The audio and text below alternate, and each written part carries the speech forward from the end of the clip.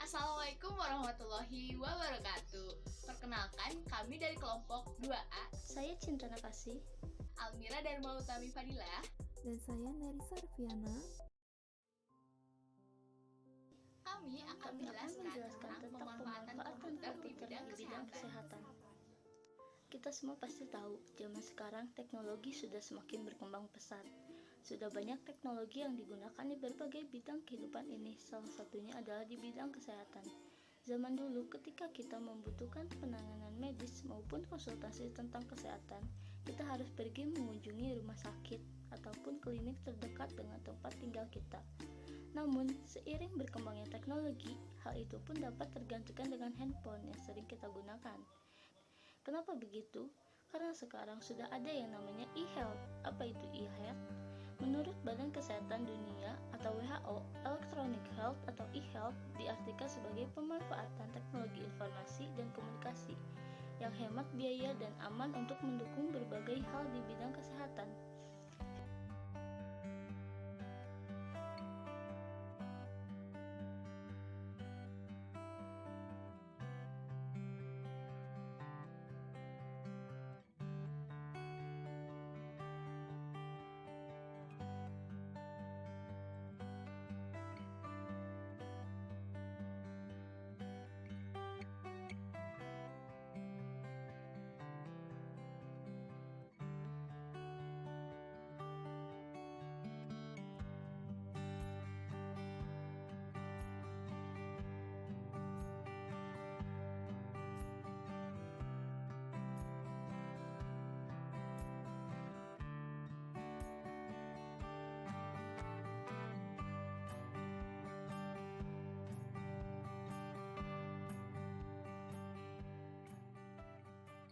Fitur yang ada di dalamnya tidak hanya untuk konsultasi dokter secara online, membuat janji konsultasi, atau untuk memesan obat, namun juga bisa untuk melakukan penelitian dan memberikan edukasi kesehatan.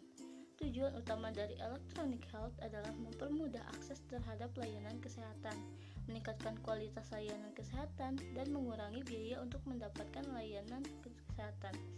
Di balik aplikasi e-health yang sangat bermanfaat bagi masyarakat tentunya, ada teknologi di balik ya. Kira-kira teknologi apa ya yang digunakan?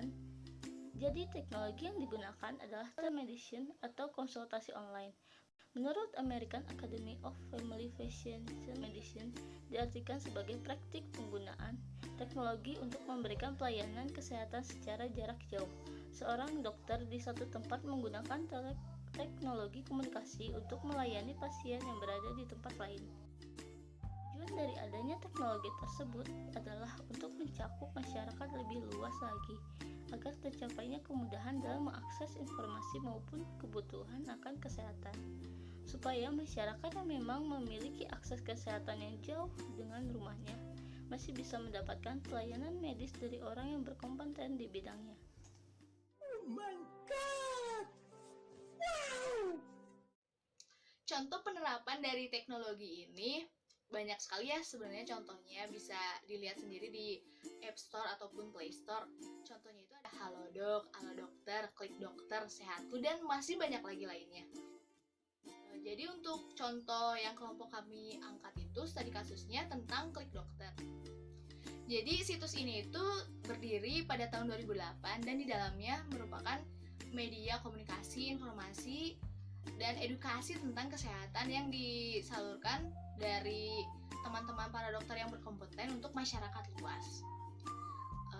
Di dalamnya juga ada fitur health directory, live chat bersama dokter, informasi tentang kesehatan, dan health tools. Masih banyak lagi fitur-fitur lainnya.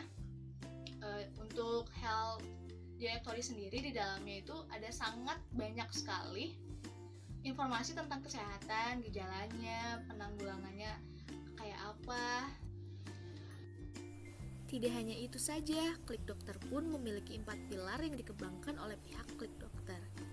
Yang pertama adalah media. Jadi, induk perusahaan Klik Dokter itu sendiri adalah PT Kalbe Pharma Tbk, atau yang sering kita kenal Kalbe. Kalbe memiliki ribuan jaringan dokter profesional dengan berbagai latar spesialis yang telah mengeluarkan berbagai riset yang digunakan untuk memberikan informasi akurat kepada pengguna seputar masalah kesehatan. Jadi sudah dapat dipastikan data-data ataupun informasi kesehatan yang ada pada Klik Dokter itu sudah terpercaya. Yang kedua adalah teleconsultation. Fitur ini memungkinkan pengguna untuk berkonsultasi dengan dokter di mana saja dan kapan saja. Lalu, yang ketiga adalah telemedicine, yang di awal tadi sudah kami bahas. Dan yang keempat adalah reservation management. Fitur ini dapat mengurangi antrian di rumah sakit. Pengguna dapat dengan mudah untuk booking dokter secara online untuk konsultasi secara offline. Di tengah adanya wabah COVID-19 seperti ini, seluruh aplikasi di bidang kesehatan saling unjuk gigi untuk memberikan layanan terbaik mereka. CEO Klik Dokter, Dino Bramanto, mengatakan bahwa platform aplikasi Klik Dokter telah ditunjuk secara resmi oleh Kementerian Kesehatan dan gugus tugas BNPB atau Badan Nasional Penanggulangan Bencana untuk membantu penanganan krisis COVID-19. Ini tentunya menjadi salah satu hal positif dan tentunya juga membuka peluang bagi aplikasi Klik Dokter ini. Sekarang kita beralih ke infrastruktur apa yang digunakan oleh Klik Dokter itu sendiri. Kira-kira ada yang sudah tahu belum nih? Oke, kita langsung jawab aja ya. Klik Dokter dibangun sepenuhnya di atas infrastruktur Cloud AWS. Apa sih itu Cloud AWS? Jadi, Cloud AWS ini adalah platform cloud yang menyediakan berbagai layanan ataupun fitur yang beragam. Mulai dari teknologi infrastruktur, seperti perhitungan, penyimpanan, dan database, hingga teknologi yang berkembang. Seperti pembelajaran mesin dan kecerdasan buatan, data lake dan analitik, dan Internet of Things. Menurut Head of Product Klik Dokter, Bayu Surya Adi Saputra, mengatakan bahwa 3 manfaat penggunaan AWS dapat dilihat dari segi kemudahan, reliabilitas, dan biaya. Dengan AWS Management Service, Klik Dokter tidak perlu bekerja 24 jam karena beberapa layanan dikelola secara otomatis oleh AWS, serta dapat beroperasi dengan tim yang lebih ramping. Dari segi reliabilitas, lonjakan pengguna sejak pandemi yang dialami oleh Klik Dokter dapat ditangani tanpa terjadi downtime. Tidak hanya itu, Klik Dokter dapat menghemat biaya teknologi informasi karena perusahaan hanya perlu membayar untuk layanan Cloud AWS sesuai penggunaan. Dengan kata lain, jika traffic sedang rendah dan penggunaan research tidak banyak, biaya yang dikeluarkan Klik Dokter pun menjadi lebih ringan. Namun di balik keunggulan teknologi saat ini, tentunya tidak menutup kemungkinan gitu ya, ada permasalahan yang akan kita hadapi seperti itu. Di aplikasi ini juga tentunya ada permasalahan yang akan kita hadapi, seperti contohnya karena aplikasi ini berbasis online, jadi antara pasien dan dokter tidak bertemu secara langsung. Jadi dokter lebih harus berhati-hati saat mendiagnosa suatu penyakit dari pasien ini. Dan jika membutuhkan pemeriksaan lebih lanjut, dianjurkan pasien ini langsung dirujuk saja ke rumah sakit agar terpercaya gitu ya untuk diagnosanya.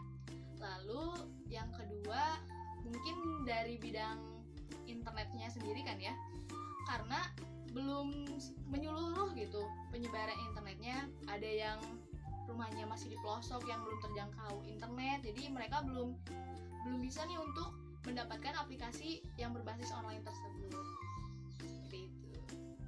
Melihat permasalahan-permasalahan tersebut, solusi yang dapat diberikan adalah dengan cara mengadakan penyuluhan untuk desa-desa pelosok yang sulit akan jaringan internet. Nah, penyuluhan ini dilakukan guna memberi edukasi kepada masyarakat yang belum memahami pemakaian aplikasi tersebut dan juga mensupport jaringan internet yang aman untuk digunakan, sekaligus memberikan kontrol kesehatan gratis kepada masyarakat. Nah, jadi dengan melihat perkembangan teknologi saat ini, khususnya teknologi yang digunakan dalam bidang kesehatan, masyarakat bisa lebih mudah mendapatkan informasi tentang kesehatan, konsultasi, dan bertanya kepada dokter dengan cara yang lebih mudah. Apalagi di zaman sekarang ini kita disarankan untuk mengurangi aktivitas di luar ruangan sehingga mereka tidak perlu lagi keluar rumah dan lebih mempermudah mereka mendapatkan pengetahuan tentang kesehatan. Namun, di balik itu semua, perlu adanya pemerataan jangkauan internet yang baik kepada daerah-daerah yang masih belum memiliki jaringan internet yang baik, sehingga aplikasi ini bisa dinikmati berbagai kalangan walaupun mereka berada di desa sekalipun. Oh my god! Wow! Oh my god! Sekian penjelasan yang kelompok kami dapat sampaikan. Mohon maaf bila ada kesalahan dan salah-salah kata. Terima kasih sudah menonton. Wassalamualaikum warahmatullahi wabarakatuh.